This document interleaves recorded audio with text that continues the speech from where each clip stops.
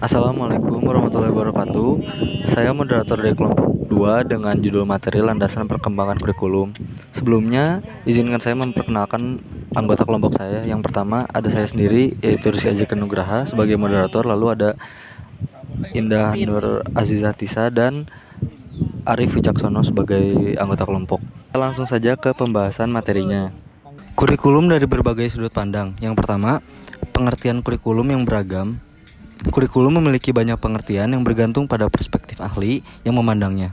Secara tradisional, kurikulum dianggap sebagai kumpulan mata pelajaran yang disusun sistematis untuk diajarkan kepada peserta didik. Yang kedua, kurikulum sebagai pengalaman belajar.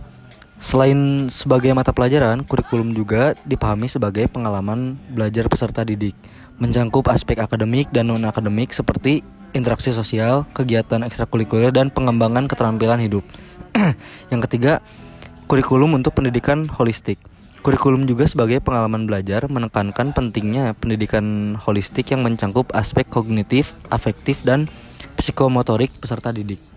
Lalu yang keempat, ada kurikulum sebagai perencanaan pembelajaran. Kurikulum juga dipahami sebagai perencanaan program pembelajaran, melibatkan proses perencanaan yang mencakup tujuan, metode, materi, dan evaluasi pembelajaran untuk memastikan proses pendidikan berjalan sistematis dan terarah.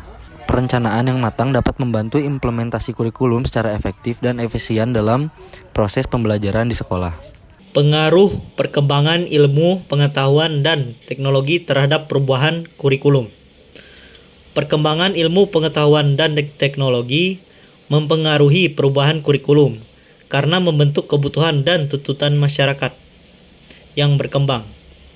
Kurikulum perlu disesuaikan agar peserta didik siap menghadapi tantangan dunia modern yang teknologinya terus berkembang serta agar tidak menjadi tidak relevan. Perkembangan ilmu pengetahuan yang pesat menghasilkan pengetahuan baru yang perlu diperkenalkan dalam pendidikan. Kurikulum harus diperbarui untuk mencakup penemuan baru dan metode belajar yang lebih efektif di era teknologi digital.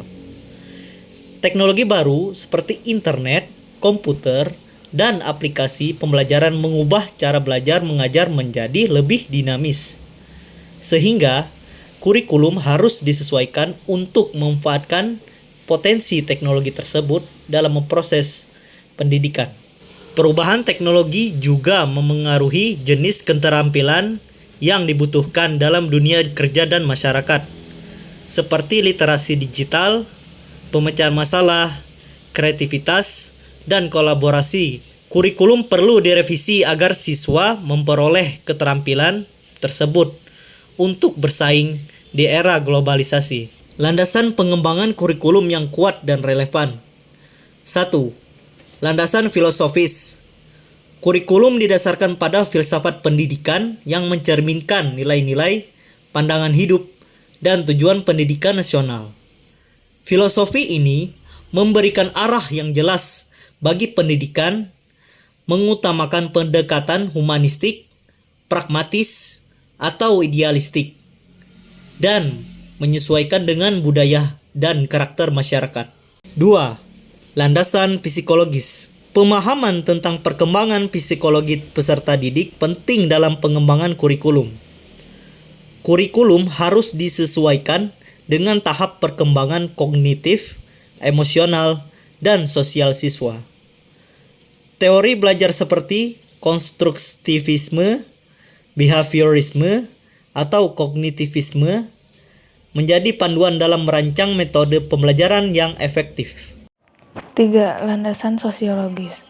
Kurikulum harus relevan dengan kebutuhan sosial dan masyarakat yang terus berubah. Lalu, perubahan dalam struktur sosial, budaya, dan ekonomi memengaruhi kebutuhan pendidikan. Lalu, kurikulum harus disesuaikan agar peserta didik siap berkontribusi dalam kehidupan bermasyarakat dan mencerminkan keragaman budaya serta mengakomodasi tantangan global. 4. Landasan ilmu pengetahuan dan teknologi.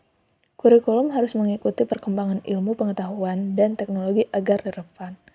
Pengetahuan dan keterampilan baru dalam era digital dan globalisasi perlu diintegrasikan ke dalam kurikulum. Ini mencakup literasi teknologi, ilmu pengetahuan modern, serta kemampuan berpikir kritis dan analitis. 5. Landasan yuridis kurikulum. Kurikulum harus sesuai dengan undang-undang dan kebijakan pendidikan yang berlaku di negara tersebut. Regulasi pendidikan memberikan batasan dan pedoman resmi yang harus diikuti dalam pengembangan kurikulum. Standar kompetensi, tujuan pendidikan nasional, dan peraturan pemerintah tentang pendidikan harus dipertimbangkan dalam pengembangan kurikulum. Lalu selanjutnya, peran sekolah dalam implementasi kurikulum yang efektif. Peran sekolah sangat penting dalam mengimplementasikan kurikulum yang efektif sesuai tujuan pendidikan nasional. Sekolah harus memahami visi kurikulum, menyesuaikannya dengan kebutuhan siswa, mengembangkan kompetensi guru, serta mengelola dan mengevaluasi kurikulum secara berkala. Selain itu, sekolah perlu membangun kemitraan dengan orang tua dan masyarakat untuk mendukung proses pendidikan serta memberikan pengalaman belajar yang relevan bagi siswa. Kesimpulan, pengembangan kurikulum memerlukan landasan filosofis, psikologi, sosiologis, teknologi, dan yuridis yang kuat untuk menciptakan pendidikan yang efektif.